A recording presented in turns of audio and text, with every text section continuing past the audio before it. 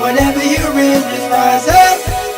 I know that it's all. What's up guys, here for the third video within the Genesis series of just behind the songs, talking about each one in chronological order, just kind of going through them, describing them, the process it took to make them and all that. So we are on track 3, well it'll be track 4, but the third song within the chronological timeline of how these songs all came to be.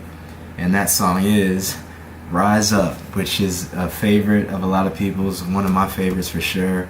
It really signified like a turning point in terms of kind of where I was as a person, as an artist, like lyrically, just kind of, it was a big turning point. So yeah, I'm gonna get into it real quick. Earliest memories of Rise Up. So I talked about The Grave, I talked about Scream. The whole first half of The Enemy Inside was really, really dark and just moody. The album cover illustrates exactly where that whole first half was tonally, just this really dark place. And I knew that I wanted to kind of change things around in the second half of the project, and so I knew I needed a couple solid tracks that were very major key, very positive, very hopeful, to kind of bring the project full circle. And Rise Up was one of those songs that was going to basically turn the tide of basically the whole project and bring it to a different tone. So I'm trying to think where it all started. Initially, Rise Up was, I mean, like I said, it was very much that. But at the time, I had been so used to writing these dark songs. And honestly, and Leslie, I talked about Leslie in the other video. At the time, I was kind of like, all I knew how to make was just dark songs. And Leslie even told me, he was like, man, like, because I put out, I think, the Grave Part 3 and Behind the Mask, and like, he was like, man, these songs are cool, but it seems like you're just talking about the same things, and it's like the same song over and over again, where every single one is just like, I'm mad at life, I need God, like I'm struggling. So he was like, yeah, you probably want to do something different. And so at that point I was like, okay, well, here we go. So I made a beat that was just straight up like real positive and happy. And I think I talked about this in The Grave, but I was inspired a lot by a lot of classic rock, and there's a little bit of Queen influence on Rise Up, just with the beat was supposed to have this little kick snare, kick snare, which is like, you know, it's the stomp stomp clap from We Will Rock You, Queen.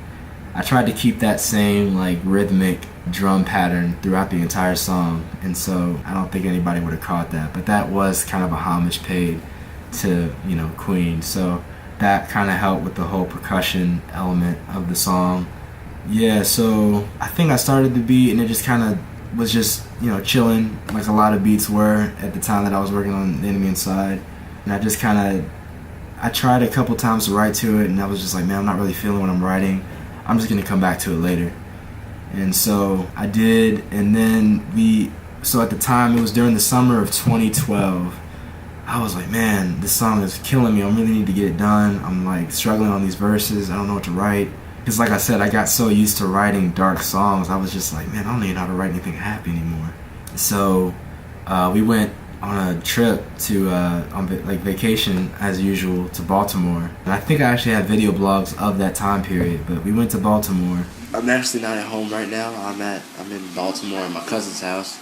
Well, not Baltimore, outside of Baltimore, my hometown. So we went to Baltimore, and I was still trying to work on The Enemy Inside.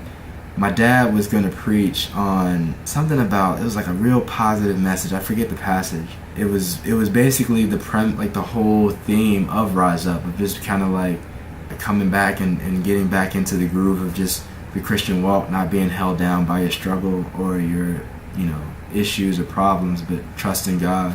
And he was like, Kaylin, I think you ought to perform a song, you know, just to kind of, I want you to do a song to kind of, you know, lay the foundation for the message. And I was like, man, I need to get this song Rise Up done so I can do this, you know, because I knew what I wanted it to be about. I wanted it to be an encouraging song, but I just didn't know what angle to take. But I was like, man, I need to get this thing done so I can get it, you know, and perform it in time for Dad's message. And I didn't get it done, and so I was like, oh man. So Dad, you know, I ended up doing War Season, and I had that video up at some point, and I forgot what happened to it, but it's gone now. But I did war season at my church. I had just come off of a cold, but I did war season at my church, and then we went home. And when I got home, it was in Baltimore. Actually, I wrote the verse. It was in my grandparents' house in the second floor, and I was at my grandmother's desk, and I was on my computer, and I was like, man, let's give it a shot.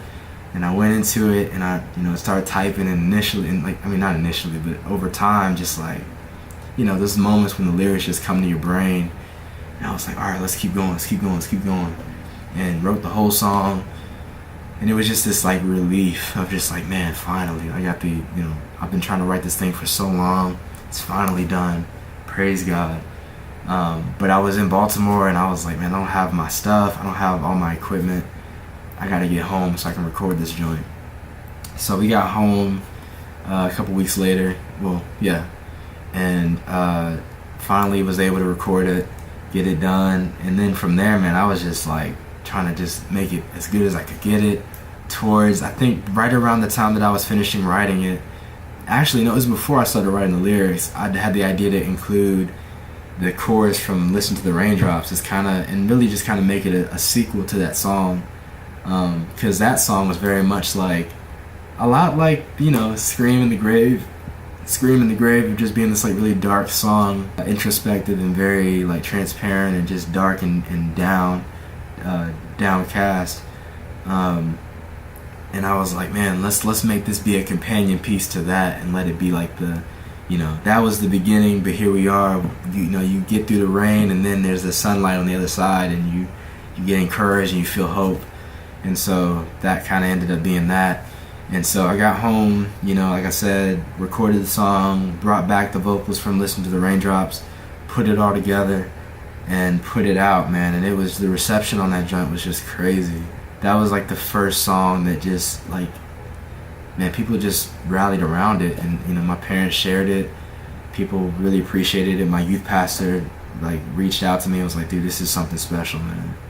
And so that was awesome. And to this day, that also set the precedent, man, for just like the encouraging songs to people, trying to bring them out of dark places. And so, yeah, man, that's Rise Up, and that's one of my favorites. Leslie, I mentioned before, that's one of his favorites too, man. He really enjoyed that song, and so that's it, bro. Yeah. I know that it's hard, but there are people waiting all over to just see you smile.